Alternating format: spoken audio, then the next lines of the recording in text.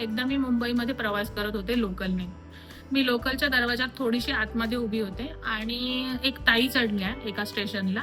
ताईंचे केस छान लांबसडक होते आणि दरवाजातून येणाऱ्या हवेमुळे त्यांचे जे काही मोकळे सोडलेले केस आहेत, ते माझ्या बॅगच्या चेनमध्ये अडकले. अर्थात त्यांचा चेहरा माझ्याकडे नव्हता, त्याच्यामुळे त्यांचा असा गैरसमज झाला, की मी त्यांचे केस ओढते. तर ताईंनी माझ्याकडे फक्त मागे असं पाहिलं आणि मागे बघून त्यांनी मला बडबड करायला सुरुवात केली. "तुझे केस लहान आहेत म्हणून तुला माझ्याबद्दल जेलसीची भावना वाटते आहे आणि म्हणून तू माझे केस ओढते." मी त्यांच्याकडे पाहिलं. मी म्हटलं, "सॉरी, तसं काही नाहीये, पण तुम्ही जर व्यवस्थित पाहिलं तर तुम्हाला लक्षात येईल, की तुमचे जे काही केस आहेत, ते बॅगच्या चेनमध्ये अडकलेत आणि तुमचे केस ओढण्यात मला कोणताही हेतू नाही."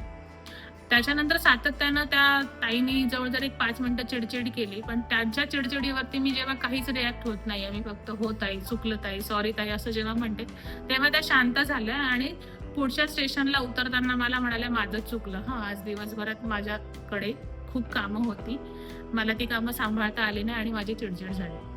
मग इथे एका पद्धतीने त्यांचं सामाजिक रक्षणच झालं ना, की त्यांची जी चिडचिड आहे त्याच्यावर जर मी चिडचिड केली असती, तर पूर्ण त्या लोकलच्या डब्यामध्ये छानपैकी भांडणाचं वातावरण तयार झालं असतं. जो म्हणजे बहुचर्चित विषय मुंबईच्या लोकलमधली महिलांची भांडणं.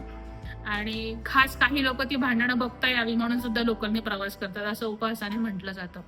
पण ह्या सगळ्या गोष्टींचा जर आपण विचार केला तर एक माणूस म्हणून, एक व्यक्ती म्हणून असे जेव्हा पण समाजात काही प्रसंग आहे, तर तिथे आपण थोडासा समजूतदारपणा दाखवला, तर त्या पूर्ण ज्या काही गोष्टी आहेत, त्या सगळ्याच्या बाबतीत आपण एक छोटासा कंट्रोल त्याच्यावरती आणू शकतो. त्याच्यामध्ये वाढव होणार नाही किंवा वाढल्या जाणार नाहीत त्या गोष्टी, याबद्दलची दक्षता घेऊ शकतो.